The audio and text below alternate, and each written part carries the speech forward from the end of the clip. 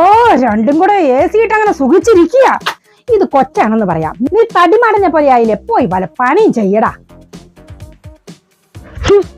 Don't worry, Amma. I will clean this dirty room. No. We will clean. മിന്നൽ തിളങ്ങി കാറ്റും കോളും തുടങ്ങി നാടിനാകെ കാവലാകും വീരൻ മണ്ണിൽ ഇറങ്ങി ദേ കൺമുന്നിൽ പറന്ന് കാക്കിൻ കാക്ക കുരുന്നായി കൂട്ടമോടെ കേട്ട് നിന്ന് ടിഷു ടിഷു.